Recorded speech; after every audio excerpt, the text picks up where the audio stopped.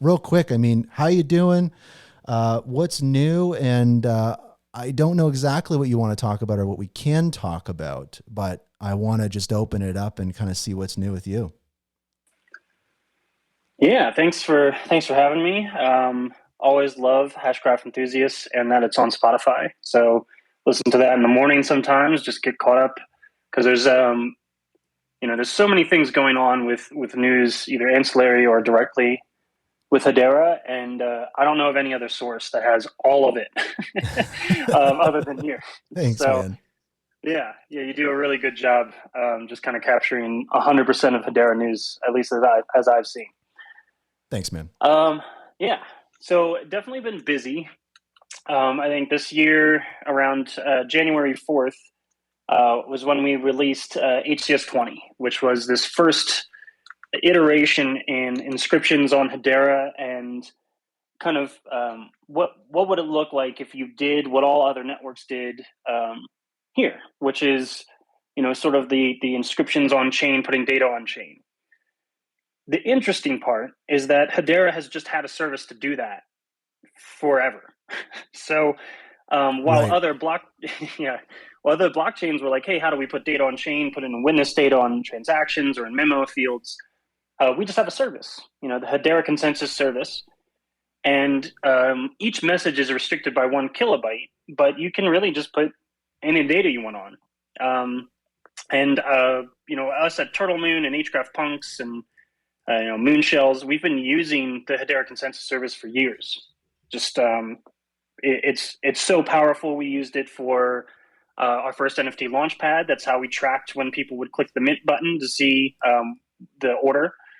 We used it for farming when people would start to farm their moonshells for an egg, and then from an egg to a baby moonshell.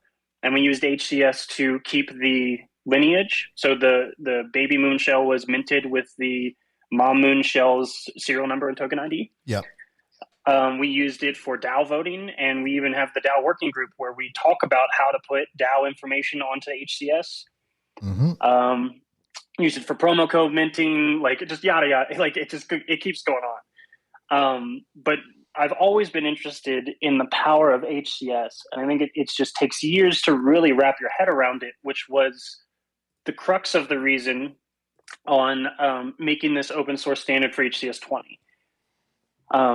Right. Our NFT project HGraph Punks, we wanted to reward our users and have this engaging method of earning, but we didn't want to touch fungible tokens because it's just over the last 2.5 years, there's a lot of uncertainty and regulatory uncertainty in the US. But we still wanted to have fun. So we came up with HCS-20, which allowed us to assign points to accounts or to NFTs. Really, you can put them anywhere if it's a private topic ID, and allow users to engage with that. And as usual, TurtleMoon's really about open source. We made the first NFT minting tools that were open sourced, and so we created the TurtleMoon HCS toolkit, which is an open sourced. I just pinned up top. We just released version 6 yesterday, so it's gotten a lot nicer. But it's an open source tool that, with no technical knowledge, you just put in your account ID and your private key, and you can create, deploy, mint, transfer, and burn your own HCS-20 tokens. God dang. It is points. They're not tokens. It's so hard not to say that. Disclaimer. For the next 20 minutes, if we ever say the word token, we mean points. Thank you. That's actually what the variable means. Yeah, they are points, and the difference means they're not really tokenized in any way. We have the Hedera token service. That's a token. This is the consensus service. We're just putting information on a ledger. But yeah, you can create. You can look at your own ledger to see the points balance.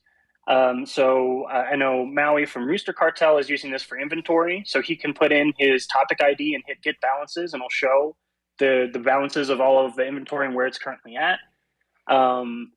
You can use it for ESG tracking, like Matt Smitty's did with Trust Enterprise API, where they're using this HCS-20 idea for tracking ESG. And none of this was the intent. I just launched it as points, and then it was really cool to see the community grab onto it. The public point ID has over 18 million, records on it. Wow. Hashpack has support, so you can see your public HCS-20 points in there.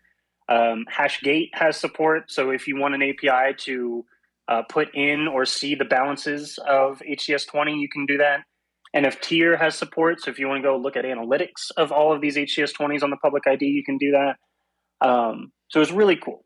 It was a really cool moment for a bunch of developers to just grab onto this meta protocol, which is really kind of one of the first meta protocols on Hedera. Yeah, kind of is. Yeah. Do you want me to describe what a meta protocol is, or? You know what, for my crowd, maybe that'd be a good idea. What is a meta protocol? Right. So just like value in capitalism, meta protocols only exist if we all agree it exists. So the reason why Beanie Babies were worth tens of thousands of dollars one day and nothing the next was because we all stopped believing it had value, right? So that was the collector's meta. But a meta protocol says okay, here's a JSON standard, and we all agree that this point is real and owned by this account, and it's there, it's immutable, it's trackable. But if we all agree it's real, then you can use it to mint NFTs, or you can use it in an ecosystem of value that doesn't have a liquidity pool, doesn't have an ability to be exchanged for USD, but it can be used for interaction. So the biggest known meta protocol is Ordinals. Ordinals is on Bitcoin, and the data of Ordinals is inscribed onto Bitcoin. Mm. The ownership of Ordinals is an agreed upon meta protocol off-chain that points to on-chain data and says, if you own this piece of Bitcoin, you own this data over here. Okay. So quick question. So what you're saying is that in the web, in kind of the Web3 sense, sometimes these meta protocols would be, as you described, kind of off-chain. But what's really exciting about HCS is that it is this meta protocol, but it is also on-chain. Right. It's an iteration of sort of like BRC20, HRC, or was it LTC20, DR, Dogecoin, Litecoin. They all have these meta protocols. Yes. And Hedera is unique because we have this HCS that, even though it is a meta protocol, it is on-chain. So it's kind of this iteration of a little bit more secure, fair ordered assignment of these points to people. Gotcha. So just real quick, so to simplify it further, what you're saying is because HCS effectively, if people want to think of it kind of like a little database, and you're just kind of sending messages to the shared trusted database, and you're just sending those entries on Ordinals or these other platforms, they literally just have a separate database that's off chain, which is not ideal. And you have all these issues that surround it, but it's very exciting because so many people use it and there's so much value flowing through it. And then on Hedera, we just literally have this thing sit and wait and ready to go basically. And what you've done is you've said, well, what language are you guys speaking over there? What messages are you sending? Let's send those same messages too. And then we're all kind of on the same page, and you build those bridges, you open those doors between networks in an all new way. Exactly. Right on. Yeah. And it's a way of putting Hedera in the conversation that every other network is having, and giving a fair platform of, well, you do it over here and it's 7 transactions per second. You do it over here, like on Ethereum, and it's 15. You do it over here on Hedera and it's 10,000.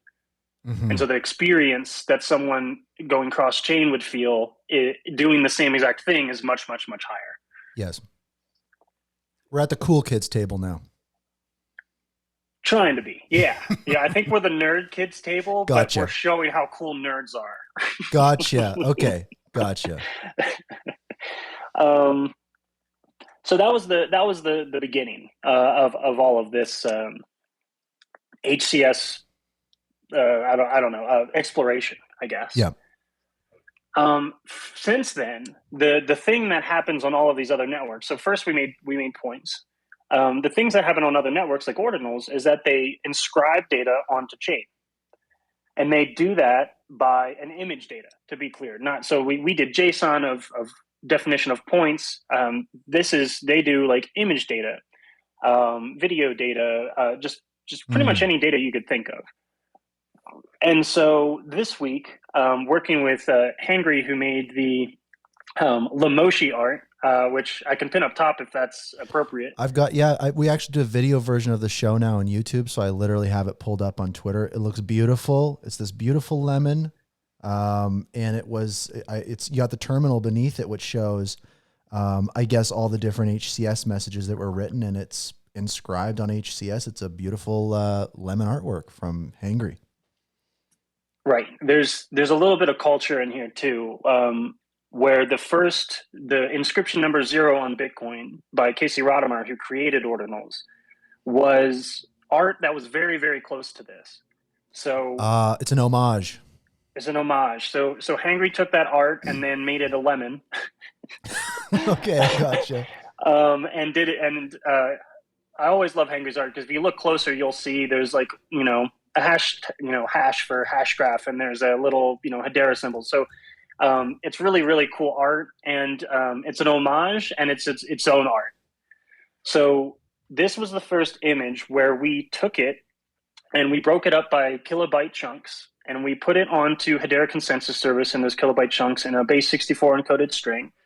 And then we read it off of the same HCS string, and the image was lossless. And so now we have this initial data primitive of putting data on chain and reading data off chain, just like all of these other inscription networks are doing, with this Lamoshi, as the art is named.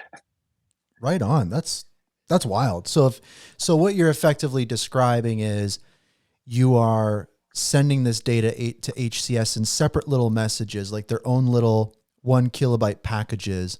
And then the user is able to take all those little bits, find them all, put them back together, and assemble the image, basically like how the internet works, where you have all these little pieces of information that get sent in little packets, and your computer and web browser will assemble those for you, and then boom, you're looking at a website. So this is like this new way to transfer things not transfer things, but make these messages on HCS actually become something. Correct. Very cool. Yes. Right. And this is just kind of opening the doorway to a lot of innovation, I think. Just as HCS-20 points, and the 20 in HCS is hey, this is points. So when we say HCS-20, we're literally only talking about points. Gotcha. We have the HCS Working Group with amazing community devs in there, and it's growing by the day.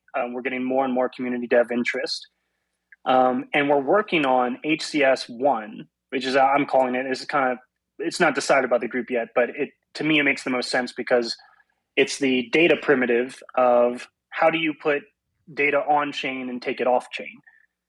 So this initial pass was just, I waited for the receipt of the message send, which takes about 3 seconds, and then I would do the next chunk.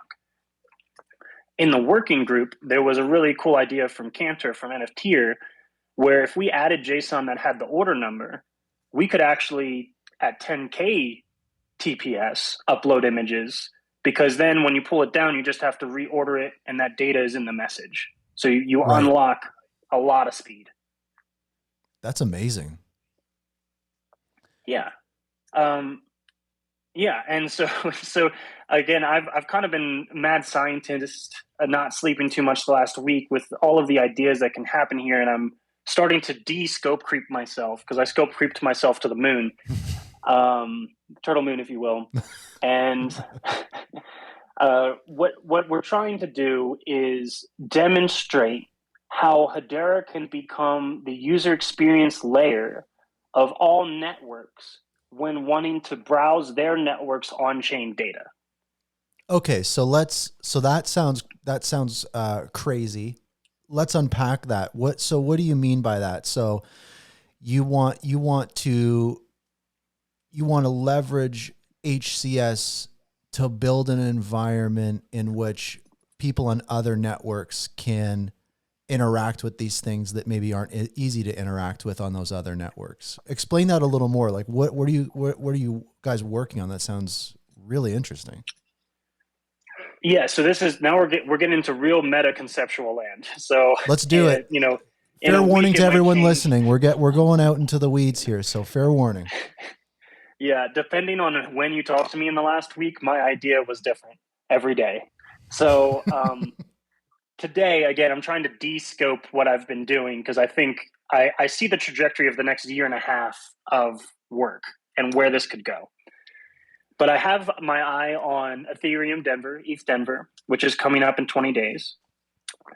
And I think we have an opportunity at ETH Denver to demonstrate this value add that I see that Hedera brings to all networks, which is on Bitcoin, you inscribe something and then you can go to a website called ord.io. And what ord.io does is it's basically a Bitcoin browser, but it's on a Web2 website.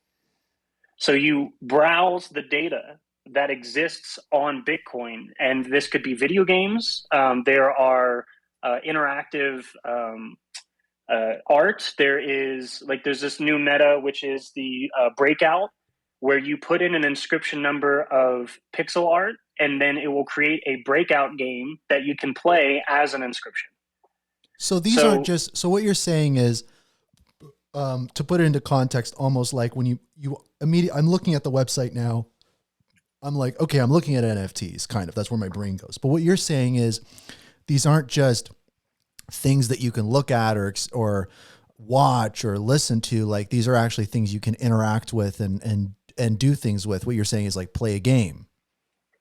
Right. To me, at this point, Bitcoin is the biggest decentralized HTML5 app store.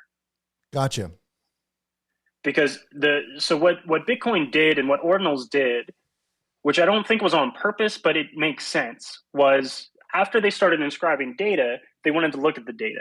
And so they just started writing browser code and uploading that in inscriptions. And then they have a method in which they can reference other inscriptions. So if I wanted to make a Web3 game that is an inscription, someone spent thousands of dollars to upload 3JS, which is a very large library that allows you to do 3D art and WebGL on browsers. So now that that's uploaded once, these new inscriptions only have to reference that inscription number. And then when their inscription is read, it will pour it in. So exactly like a source tag on an HTML page. Oh, it's like, or it's these inscriptions acting as kind of like dependencies for each other in a way. Exactly. Wow. Okay. So basically to kind of put it another way for people listening is like when you have a website, I got a crazy echo coming from you, Patches. I'm hearing myself. What you're Did you mute me? No, I don't think Did I mute myself? I think you muted yourself. I think my AirPod disconnected and went to some other computer, and that's what my bad. That's okay. If I had a nickel every time that happened, I would have enough to buy about 10 HBAR. But basically what you're saying is it's kind of like a website. It's like you've got this web server, you've got a little website that you build or a little game or whatever, and then you have to use all these different parts that are hosted elsewhere. And it's like it's the internet, it's a network. But what you're describing is kind of like a new like little internet that has its own things, but it's immutable and it's on chain, but on these other networks, not really, because you talked about a meta protocol being off chain. So that makes HCS even more exciting because it's all on chain and you could do these types of things all on chain with that fast throughput. So these files can be inscribed. Other collectibles or files can reference those, and it all can come together to create some kind of experience. So that's really interesting. Right. And pulling that thread, essentially what they're doing is instead of the hosting be on NPM on a Web2 server in AWS, right, the hosting is on Bitcoin. So Bitcoin is referencing Bitcoin to display you a user experience in a browser, thus making all of the data decentralized and accessible as long as you have an internet connection and can connect to Bitcoin. Wow. So So that really changes things, because right now with websites, somebody has to pay something to keep a a file or a website or something accessible to people. But when it's inscribed on chain, like on something like HCS, really it's kind of just there forever now. And if you want to access it, you pay those very small nominal fees to retrieve it. Maybe you cache it on your system, but it completely removes the necessity of like maintaining something to host those files. That's what Hedera is about. That's why the network fees exist. So it's definitely also to a paradigm shift in just like running a website or providing something like this for people. right, exactly. And where I see this going, and what I think Hedera is well positioned to do, is allow an easily, like, this is where I think all Web3 is going in 5 years. Like, there will be a patchwork of networks where the user experience is abstracted from network wars, and users just interact with Web3 and they browse Web3, and they pay to post on Web3 Facebook social media. And the difference is, today you have the internet for free, in giant quotes, air quotes, because it's not free. You give up all of the sovereignty of your privacy. You give up all of your data. It goes into these giant data warehouses. AI is running their models through it. They're targeting ads on every platform. They're listening to you on your microphone and looking at you on your video. All of the access to your life is being mined for targeted ads. Right. If you then switch it to where I think the internet was supposed to go before the cookie was made, which is horrible. You then, okay, I want to post, and we have an example on Hedera. We have forum. Yes. So I want to post on forum and create a new thread. I pay to create a new thread by a new topic ID, and then I pay to post on that, and it's fractions of an HBAR. And this dream of the Web3 internet has been really hard to obtain because microtransactions have been impossible. It's really difficult with fluctuating gas. The speed isn't what people would expect. And all of those things aren't true here. And what we're seeing in all the other networks is they're putting all the data on chain and having these user experiences that are degraded, but they like it because they see that value of on-chain data and that Web3 browsing. Gotcha. We have this opportunity in this moment to create our version of this that allows the porting of assets from Bitcoin over to Hedera. It still points to Bitcoin data, but the browser is using Hedera native as the interaction mechanism of selling that, of interacting and browsing that data, of transmitting more information onto it as a pointer on Hedera to that data. So again, it can be the user experience later of fast, quick, cheap transactions while it's still on Bitcoin. And that person still owns that data on Bitcoin through a bridging mechanism. That's where I see this going. And I think I'm striving to have a proof of concept of this by or right after ETH Denver. And I already have some really great meetings with some Ordinals developers and some bridging developers from Emblem Vault. Wow. To see if we can't create the proof of concept where it starts to become seamless to take your ETH inscription and bring it to Hedera, or your Bitcoin inscription and bring it to Hedera, and gain more value from Hedera, from usability and access, while your data is still forever saved on chain on your mother chain. Right. So what you're basically saying, maybe in kind of like articulating this in an oversimplified way, is what you're saying is like, hey, networks, you've got this wonderful thing happening of like these crazy cool dynamic collectibles that are inscribed and minted in a whole new way that has so many different upsides. And also too, there's billions of dollars of liquidity flowing through this. It's such an exciting thing full of energy. But the problem is you've got these meta protocols that are off chain in these kind of databases. And what you're basically saying is like, just keep doing what you're doing, and we can just provide a better platform for your meta protocol that's like super fast and super cheap, ABFT, like all those different types of things. Use this instead. Right. And they're doing it, right? So if you go to Order.io, they have a really cool mechanism of upvoting and comments. But that's on a Web2 server. Gotcha. So what you're also saying is not only can you migrate this, what you're doing for your meta protocol, like in whatever their database they're using, not only can you use HCS for that, but also some of these other features built on top of that, such as social features, like we see executed on Forum. It's like you could also build all that stuff on chain too, because of the high throughput, because of the low cost of transactions of HCS. Exactly. So you can create true Web3 native 100% on-chain data, from social mechanisms to website browsing to interactions to P2P NFT sales to, like, it just goes on and on when you realize you don't need any centralized Web2 entity to connect two wallets to interact with each other. And that's where Hedera can be that layer. I think that's where Hedera needs to be, is not the trust layer of the internet, but the trust layer of the new internet, and maybe both. Okay, so let's unpack this a little more, because I just want to touch on this concept you're talking about of you've got a browser and you're using it in similar ways you would with a traditional web browser, but it's on this meta protocol and blah blah blah. Maybe something that would be interesting is look at it from maybe like a user story type thing. So maybe let's kind of say there's somebody who has a bunch of Bitcoin ordinals and they want to use this new kind of meta protocol browser thing that you're talking about to just do the things they need to do more efficiently. Could you walk us through how you maybe imagine people that are, using ordinals, using things on other networks and want to leverage HCS as you described? Like, what does that look like? What do you envision that looking like for someone just actually using this on a day-to-day basis? Yeah, that's a really good question. Let's just go to the dream world.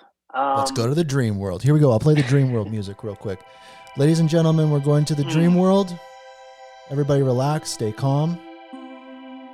Okay, we're in the dream world now. It's safe. It's okay. Let's dream. Tell us about it. I'm loving it. That is the vibe. So I open up my TurtleMoon browser. I log on through an HRL or a hashnet resource locator, and I want to go to, let's just say Ord.io, but on Web3. I put in whatever that HRL is. I think at some point we'd probably need some sort of DNS or HCNS. Yeah. So let's just assume that exists. HCS:// It loads up the same kind of website you're seeing here. And the difference is when I interact with it, I must be logged into my Hashpack or my Blade or my Hedera wallet. I log in to the browser with my wallet to browse Web3 blockchain data. So real quick, what you're saying is you're not logging into the website, you're logging into the browser? Yeah, so you're essentially, we're going to the dream world with that music. Yeah. With the first iteration, this will most likely just be Hedera data, which makes a little bit more conceptual sense. Yes. Where you say, I log on to Hedera with my Hedera wallet. And I interact. And so when I want to upvote something, I click upvote and it asks me to approve a transaction, which would take a little of my HBAR to say that I have upvoted this on chain. I accept, and now that upvote goes to 5 instead of 4. I want to make a comment on one of these inscriptions. I write the comment, and maybe it's a really long one. So then I hit submit, and I get charged for 2 HCS messages because my comment has now passed 1 kilobyte and it's into 2 kilobytes. So it's the method of abstracting what is happening from, hey, everything's free on the internet, we just take your data, to how much data you put on chain, you must do a microtransaction to pay for that data to be on chain. Right. And the value add is that you have a decentralized internet that allows you to have the sovereignty of your data and privacy while paying microtransactions to interact with that internet. Gotcha. So it's it's offering a new choice to Web3 users. And when we really expand upon this in the dream space that we're in, it's to the whole internet of, you've got a new choice now. You've been thrown all these choices about like, you have, let's use your data, let's not use your data. Oh, there was a data breach. We charge this much. Our website's free. You have all these kind of choices that don't necessarily feel like choices. But now this is a new one where it's like, what if you just kind of paid to use the internet yourself and just, you didn't have to give up any of your data and no one knows what you're doing? That's a new choice Right. that I think a lot of people might find appealing. And I think the difference is you decide how much of your data you give up. Right. You can dox yourself if you want, but that's your decision. It's just not a default. And you could like log on to Hedera for a day and browse and execute some stuff. And then when you log off 6 hours later, you spend 2.2 HBAR. Gotcha. And yeah, that's, and then you add off-chain data, which is really, it's a huge complexity there, but I think that's where this would go. And again, I think we can easily convince other networks why Hedera is the user experience layer for their chains on-chain data. And that's where I think the win is. That is a huge win. And I think that that's going to be a great subject to have at ETH Denver, especially when you're talking about these folks at the helm of, Ordinals, and this kind of being an appealing idea. We know that things move so quick in this space. This is really exciting. It feels like an all new bridge has been built to these other networks, and they're kind of going, hey, that looks like an interesting place to go. I want to know more. And that's super exciting. Yeah. And it could not work, or it could be wildly successful. Right. And the goal is to find out as soon as possible. Exactly. And I'm encouraged by the initial conversations I've had with Ordinals developers and bridging developers on this theory. And so there's some good momentum, but again, nothing is real until it's real. And I think the main thing is, especially in Web3, just keeping your mind open to how I thought I was making points. It turned out that it could be used to track ESG. So being open to how an idea, when put out into the decentralized internet, changes and forms to what makes the most sense for the actual community, and just, I don't know, just ride in with it. It's organic. It's super organic. Like, I think the part that really interests me the most about all this is it's kind of, as you've laid out, is there's these things that were these new meta protocols that were made on other networks that didn't really need to be made, but they kind of also had to be, because the people were there, the money was there, and there was a desire there. And like, you can look at technology and kind of go like, can we carve the perfect path? Can we do the thing that makes the most sense? But in reality, what technology is just people pushing on the corners of it, and it just kind of growing and moving in ways that like maybe aren't the best or maybe aren't expected. But if you're willing to ride those waves, like, you end up in places that you never thought you'd end up in, and you go, oh, okay. It just kind of continues from here. And that's just what it's been this whole time. Yeah, it's going to be a fun 2024. Oh yeah. That's awesome, man. That's awesome. And so just before we kind of wind things down, really, like, what would you say people in the kind of Hedera community should be kind of keeping their eyes open for in the coming weeks when it comes to these types of things? If someone's learning about this for the very first time, all this HCS-20 and Hashinals stuff, and they're all like super interested, like, what spots do you think they should be watching right now to get updates on this stuff? Yeah, well, you help run the working group, so that's a good question for both of us. Yeah. I think it's definitely, I'll be tweeting about updates and everything. If you're a developer and want to be involved in creating this kind of decentralized Web3 native internet, just ask to join the working group. It's an open invite at this point. We're working on governance. We're working on our own HCS HIP process. We're working on the foundational primitives of putting data on and off chain. How do you reference that data? So we're at the very beginning of what this would look like. And if you're interested, try to join the working group. And if you're just wanting someone to, if you want to just kind of like test and be a part of that alpha testing, the TurtleMoon browser will be tested by our moon shells, and then will be tested by, we'll just tweet out and say, hey, this new version's up. Again, the thing pinned before the last one is our free HCS 20 toolkit, which was done the same exact way, where our moon shells tested it initially, and then we opened it open source for everyone to just get in and dig in and get your hands dirty just trying this new tech. And it's probably going to break every now and then. We're still in alpha on all of this. But it's fun. It's new. What I've heard from a lot of people is, I haven't felt this excited in a couple of years, and I resonate with that. I've not slept this much since about 2 years ago. So it's really invigorating, and the ideas are just kind of so open to where this potential could go. So please join the working group if you're a dev or just want to be a community member who helps test, and then just watch the TurtleMoon or my Twitter for updates on the TurtleMoon tool or browser that will be coming out. I don't know if it'll be called the TurtleMoon browser. It's just the simplest way to call it now. Yeah, the most obvious. But yeah, that's how I think you can stay in tune. Love it. Well, Patches, I really, really appreciate it.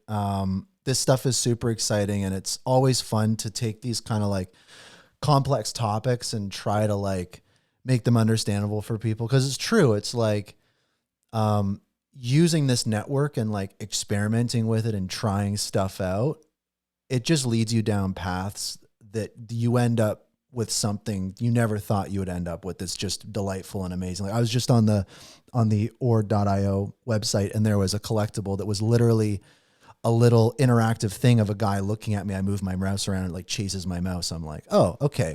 I can definitely see some interesting things happening. It's about imagination, creativity. I think something that's been lacking with the bear market, so much downward pressure on people and projects. It couldn't have come at a better time, something new and fresh and exciting and everything. So huge shout out to everyone in the working group and all of the different, all the late nights and sleepless nights you've been spending working on this. I'm super excited. Yeah. Last sentence. We have an opportunity here to put Hedera in front of every network, at least to say, I've investigated that and I don't like it, but they'll know what we are. So right. I think this is a huge moment for a huge opportunity for Hedera to get on the map in a way that we all know it should be. And I think if we can catch this wave, we're paddling really hard and there's this big wave about the crest. I think if we paddle even harder, we can catch this wave and just ride it to Valhalla. Love it, dude. Well, thanks for stopping by. Appreciate you, everybody. I'm pretty sure everyone listening right now is following you, but if you're not, give Patches a follow. And I'll definitely have you on the show again, probably after ETH Denver, and we'll unpack all the crazy updates, I'm sure. But thanks, man. You take care. Thanks so much. Cheers. All right, so let's dive into some more news. And just a quick mention, I just want to give a huge shout out to all the supporters of the show. It's doing the show really is not possible without people sending those HBAR tips and stuff like that to the show. It's just, it means a whole lot. It really shows me that the community really loves this show. And I mean, the growth of the show has been great. I mean, we're averaging like 500 listeners on these spaces with the recordings and everything. And then of course, there's the video version on YouTube, Apple Podcasts, Spotify, all that kind of stuff. It's just, I remember starting this show, almost 3 years ago on Clubhouse, doing it for like 5 people every week. So pretty wild to see it grow the way it's grown. So really appreciate everybody. All the info, if you want to support the show, head over to hashgraph.news and support the show. Really appreciate it. And also too, another thing, a big piece of feedback that I've got is the thing with this show, I'm a huge fan of long form conversations. A big criticism of this show that's very fair is people will be like, Jesus Christ, this is like a 2.5 hour show. And I mean, those kinds of shows are pretty common in tech, but, you know, one thing that people have been asking for over and over is clips, highlights, all those different types of things. And so with the support from viewers and listeners of the show, I'm now able to do a lot of that stuff. So if people have been noticing, each episode, there'll be like 4 or 5 clips that come out that really hit on some key topics. A great example will be that one part of that discussion with Patches and I'll clip out and I'll post as a separate clip. And people have been really enjoying that. People have been just really looking for that. So a lot of work has been done over the past few months to kind of lead up to that. And so I'm super stoked to be offering some of those clips and shorter form content and stuff. So I listen to all the feedback and appreciate all of it. And of course, appreciate all the support and everything from everybody. So shout out.